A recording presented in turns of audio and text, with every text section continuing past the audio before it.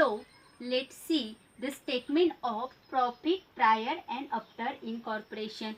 So here is a statement of profit prior and after incorporation, and in this statement total income and total expenses are classified prior period and after period on the base of time ratio and sales ratio.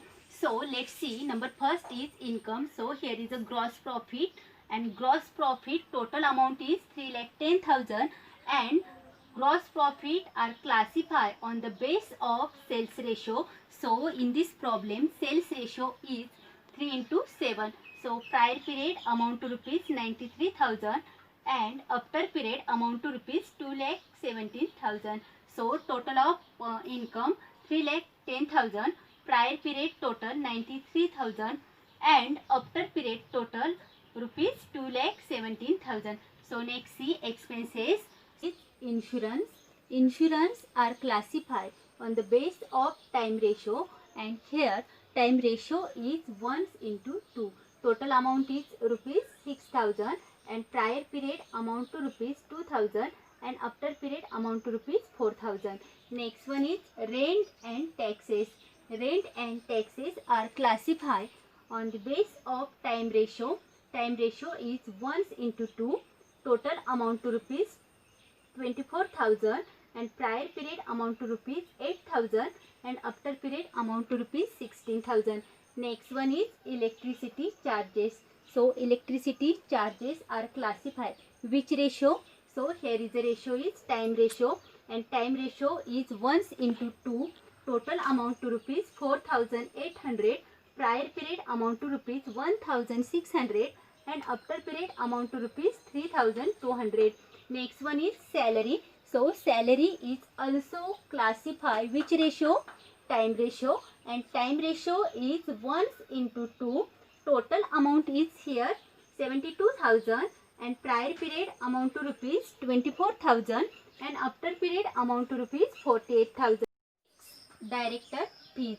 Director fees total amount to rupees 6,000 and we show after period because director fees related only and only after period, so there is no base, we directly show in after period. Next one is audit fee.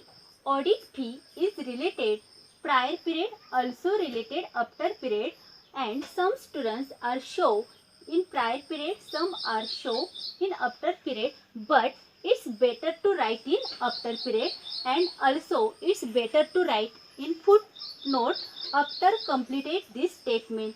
Next one is commission are classified on the base of sales ratio, and here sales ratio is 3 to 7. Total amount to rupees 12,000 and prior period amount to rupees 3,600 and after period amount to rupees 8,400. Next one is advertisement. Advertisement are classified on the base of sales ratio, and sales ratio is 3 into 7. Total amount to rupees 8,000 and prior period amount to rupees 2,400 and after period amount to rupees 5,600. Next one is discount. Discount are also classified on the base of sales ratio, and sales ratio is 3 into 7. Total amount to rupees 7,000 and prior period amount to rupees 2,100 and after period amount to rupees 4,900. Next one is office expenses. Office expenses are classified on the base of time ratio, and time ratio is 1 into 2.